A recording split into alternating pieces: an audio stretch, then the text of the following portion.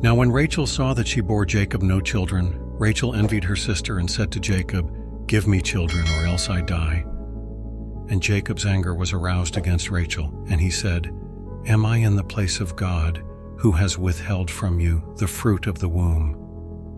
So she said, "Here is my maid Bilhah. Go into her, and she will bear a child on my knees, that I also may have children by her." Then she gave him Bilhah her maid as wife, and Jacob went into her, and Bilhah conceived and bore Jacob a son. Then Rachel said, "God has judged my case, and he has also heard my voice and given me a son."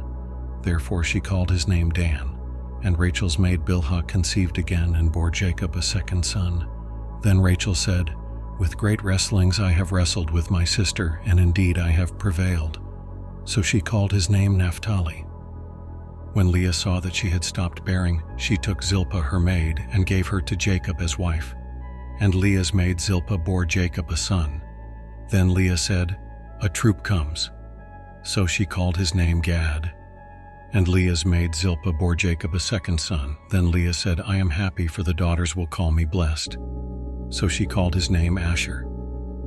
Now Reuben went in the days of wheat harvest and found mandrakes in the field, and brought them to his mother Leah. Then Rachel said to Leah, "Please give me some of your son's mandrakes." But she said to her, "Is it a small matter that you have taken away my husband? Would you take away my son's mandrakes also?" And Rachel said, "Therefore he will lie with you tonight for your son's mandrakes." When Jacob came out of the field in the evening, Leah went out to meet him and said, "You must come in to me, for I have surely hired you with my son's mandrakes." And he lay with her that night. And God listened to Leah, and she conceived and bore Jacob a fifth son. Leah said, "God has given me my wages, because I have given my maid to my husband." So she called his name Issachar. Then Leah conceived again and bore Jacob a sixth son. And Leah said, "God has endowed me with a good endowment. Now my husband will dwell with me, because I have borne him 6 sons." So she called his name Zebulun. Afterward she bore a daughter, and called her name Dinah. Then God remembered Rachel, and God listened to her and opened her womb. And she conceived and bore a son, and said, "God has taken away my reproach."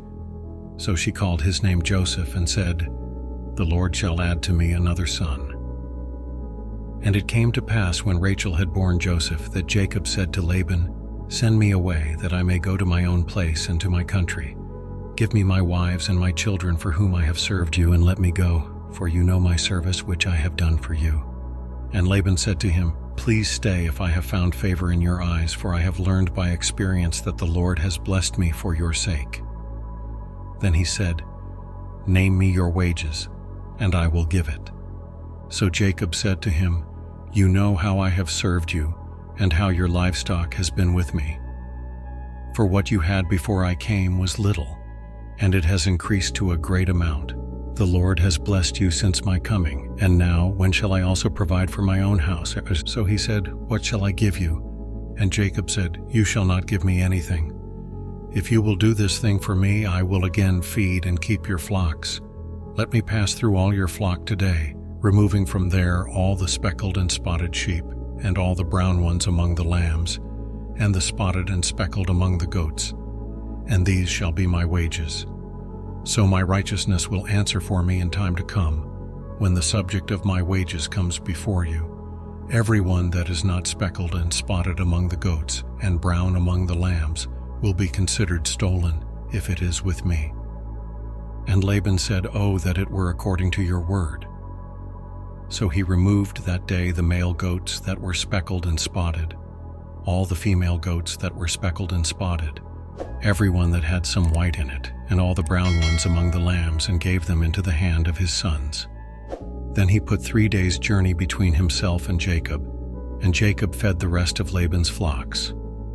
Now Jacob took for himself rods of green poplar and of the almond and chestnut trees, peeled white strips in them, and exposed the white which was in the rods. And the rods which he had peeled he set before the flocks in the gutters in the watering troughs where the flocks came to drink, so that they should conceive when they came to drink. So the flocks conceived before the rods, and the flocks brought forth streaked, speckled, and spotted. Then Jacob separated the lambs and made the flocks face toward the streaked and all the brown in the flock of Laban. But he put his own flocks by themselves and did not put them with Laban's flock. And it came to pass, whenever the stronger livestock conceived, that Jacob placed the rods before the eyes of the livestock in the gutters, that they might conceive among the rods. But when the flocks were feeble, he did not put them in. So the feebler were Laban's and the stronger Jacob's. Thus the man became exceedingly prosperous, and had large flocks, female and male servants, and camels and donkeys.